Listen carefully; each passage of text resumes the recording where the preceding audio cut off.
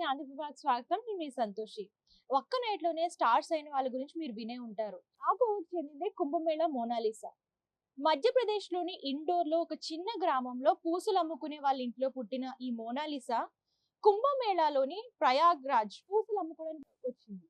So, వచ్చిన తర్వాత ఆమె తేనె కళ్ళు, అలాగే ఆమె స్మైల్‌తో అందరిని ఆకట్టుకుంది. సో, ఇలాగే ఒక నెటిజన్ కంట్లో పడింది. ఆ నెటిజన్ ఏం చేశాడంటే ఫోటోలు తీసి సోషల్ మీడియాలో పెట్టడంతో ఒక్క నైటే సూపర్ స్టార్ అయిపోయింది. ఆ ఫోటోస్ వచ్చేసరికి పెద్ద సెన్సేషన్ అయిపోయింది.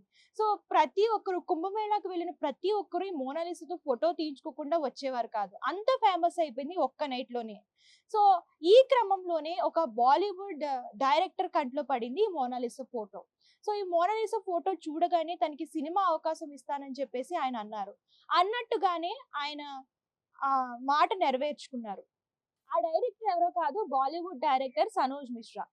సో, ఆయన అన్నట్టుగానే తను మణిపురి నేపథ్యంలో రూపొందించిన చిత్రానికి మోనాలిసాని తీసుకున్నారు హీరోయిన్ కింద. ఆ సినిమాకి సైన్ చేసినట్లు కూడా తెలుస్తున్నాయి. వార్తలైతే వస్తున్నాయి.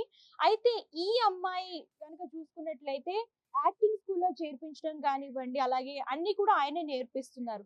సో, దీనివల్ల కొంచెం నిర్మాతలతో, అలాగే డైరెక్టర్‌కి మధ్య వివాదం అనేది మొదలైంది. అంటే సోషల్ మీడియా కోసం, ఫ్యాన్స్ కోసం ఈ అమ్మాయిని వాడుకుంటున్నట్లు బాలీవుడ్ నిర్మాత జితేంద్ర సింగ్ కొన్ని వ్యాఖ్యలనేవి చేశారు.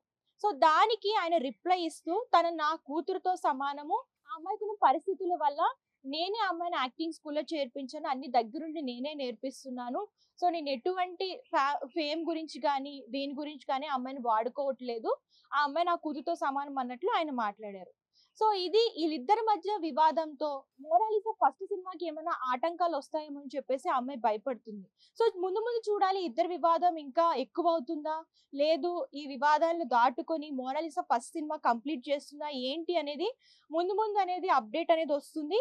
సో, చూస్తూ ఉండండి ఆంధ్రప్రభ.